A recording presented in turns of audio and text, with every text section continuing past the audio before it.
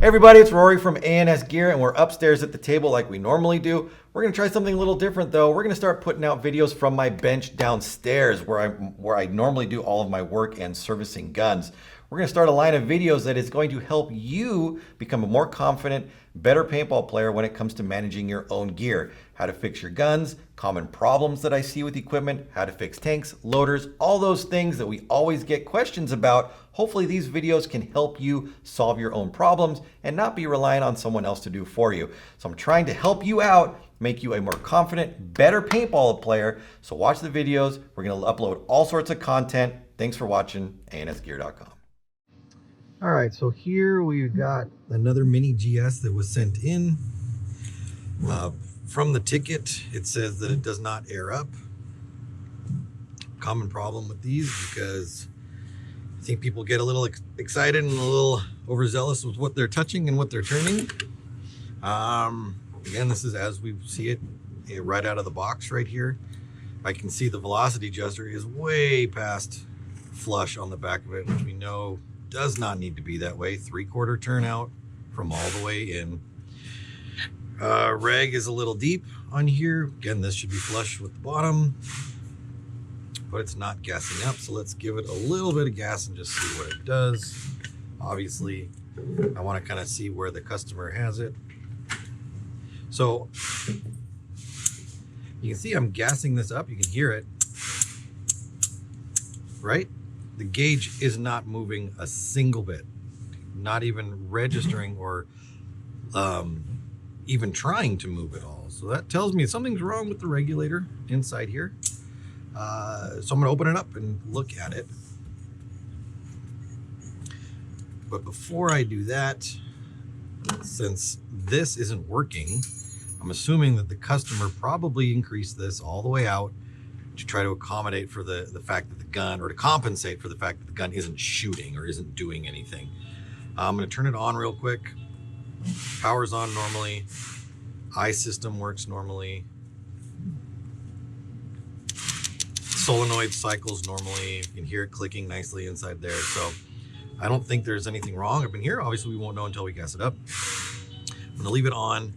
I'm going to reset their velocity adjuster. I'm gonna go all the way in and then 3/4 turn out.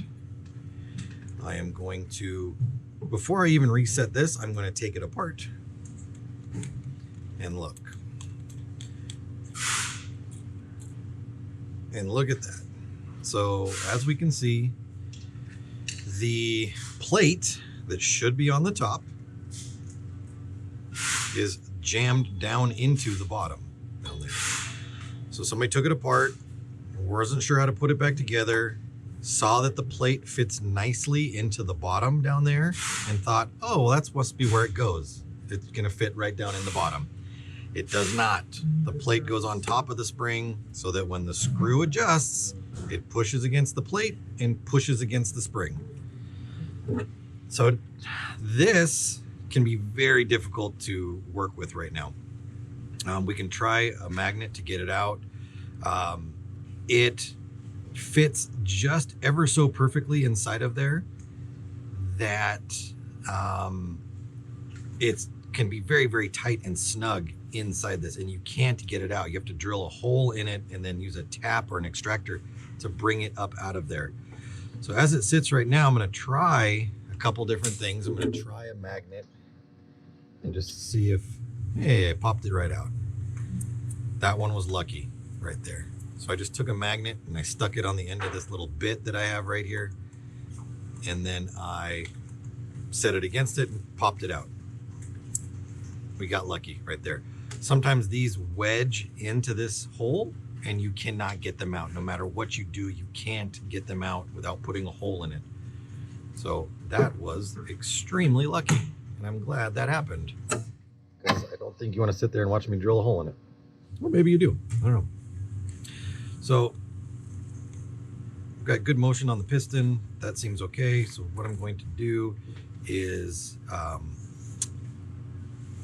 well, what I actually should do, just because I know the regulator has been taken apart to this point, I'm going to just go through it really quick and pull the reg apart really fast so you can see that, and make sure that the poppet stem, and you'll see, or the reg seat stem inside there, is tight and in the right spot. So let's pull this apart, take that out of there.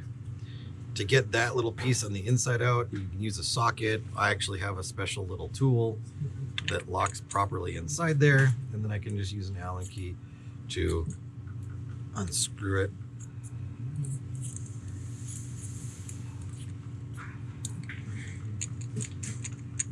Like that. The cap is going to come out right there, and then you're left with your regulator looking like that. Then you can take an Allen key and pop the rest of the assembly out right there. So when this is together inside the gun, it looks like this. Sometimes you'll get a leak out of the bottom down here, and you can replace this O-ring right here with a size 10 O-ring, and you can replace this O-ring on the front with a size 6 O-ring, an 006 and a 010, like that. Now, up inside here, this is the only part that you're gonna need a special tool for.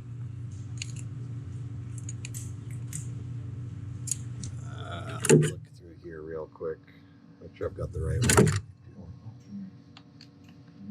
All right, so there's a stem inside here that you need to remove, and that can be loose sometimes. You can see it down inside there, and I'm gonna actually pull it out so you can see it completely.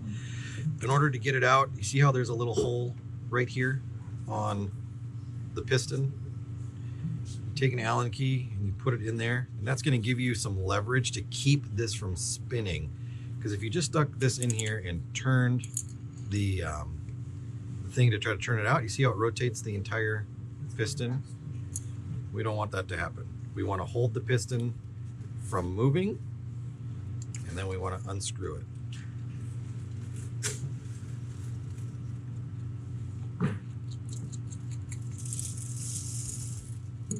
So that's what that piece looks like, and I'll show you how it goes together on the inside here. So here's our reg seat right here, and I'm going to clean this up real quick, getting any kind of debris off of it that's on there.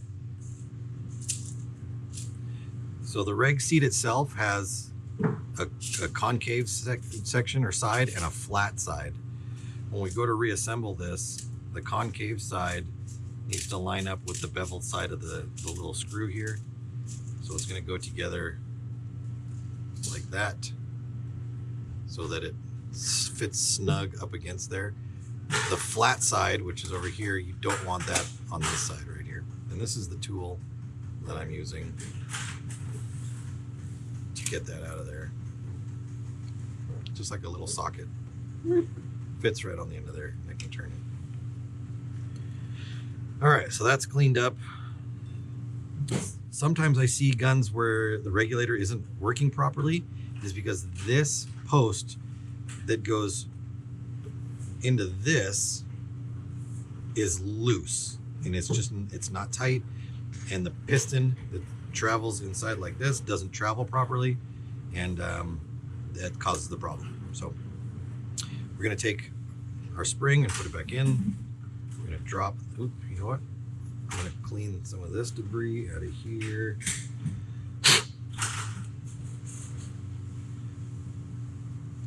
Make sure that this has a little bit of grease on it, a little bit of oil. So I've got that dropped on there.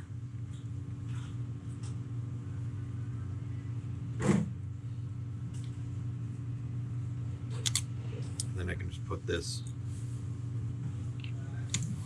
back inside there. You can see the spring pushing it back and forth. And then I'm going to drop this back inside.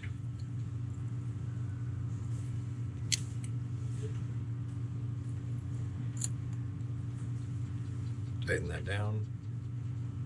Now when I get to the bottom and I feel it wanting to snug, if I keep turning, again, it's going to spin the piston around like that. You can see it. So I'm going to put my Allen key into the hole and put my finger against it so it can't rotate. And then I'm going to tighten that down. So that's done. The next thing we want to do is put our reg core back together. And I'm going to put a little bit of grease on these O-rings right there. And then also just going to put a little bit down inside here where this core is going to sit inside there. So the core goes in this side first, not the pin side. You want to leave the pin side facing out. So the open side goes in first. And we have to line up this oval hole right here with this oval hole that's right here. So we're going to take this, we're going to put it in this way. And then I'm going to push it, and you can see the oval hole is right there. They're lining up together, but it needs to go all the way back. So we want to make sure that it sits all the way back in there. So the oval holes are lining up perfectly with each other. They don't overlap or anything. Now, the last thing that we need to do is tighten it all together. And what can happen when we put this front cap on here and we tighten it down, as we tighten it in, it'll rotate the core on the inside, and then this hole won't line up properly anymore. Or it'll shift slightly, and we go to try to put our wedge in, the wedge will actually get stuck and it won't move up and down on this spring. So what we have to do is use something to kind of shim it so that when we turn it, it doesn't rotate. Now, you could use the actual piece that goes inside there, but what will happen is as you turn it, it's going to want to shift and it will push against this piece inside there, and it can actually wedge it or pinch it, and then it won't move up and down. So we're going to use this as a shim. I'm going to put in my top. I'm going to hand tighten it until it stops. And then I'm going to use my Allen key, put it through, and snug it up. And then I'm going to look up in the top right here and make sure that the core and the hole are still perfectly aligned. If they are, then I can take my wedge and spring and put it in. I can take my lever, push my lever down, put my screw back in, and then tighten that down right there. Now, to test it, we should be able to, when this is flipped forward, our pin sticks out, which it does. When we flip it back, we should be able to easily push our pin back forward. And if everything moves smoothly, you've got it back together properly. Move back to the front, spring first, plate second with the raised part facing down, cap, and then adjust to flush. All right, so now we've rebuilt or looked at the regulator. Obviously we found that it was upside down. The plate was in upside down, or not upside down really, in the wrong spot. We were easily able to get it out, luckily. Let's go ahead and put our tank back on. We're in dry fire. Let's gas it up. We've set that, and hope for the best. Look at that. That's all it takes right there. So the only issue here was the reg was disassembled, which is common. I don't want to try to tell you guys that you shouldn't be taking your guns apart, because you absolutely should be taking your guns apart and learning how they work. But if we don't remember how they go back together, then we're not actually learning anything. So if you take something apart, take it apart in steps, or film yourself taking it apart so you know how it goes back together, and try to do your own work. Nothing wrong with that. So this gun's good. We're going to ship it back out to the customer. Thanks for watching. We'll see you in the next video.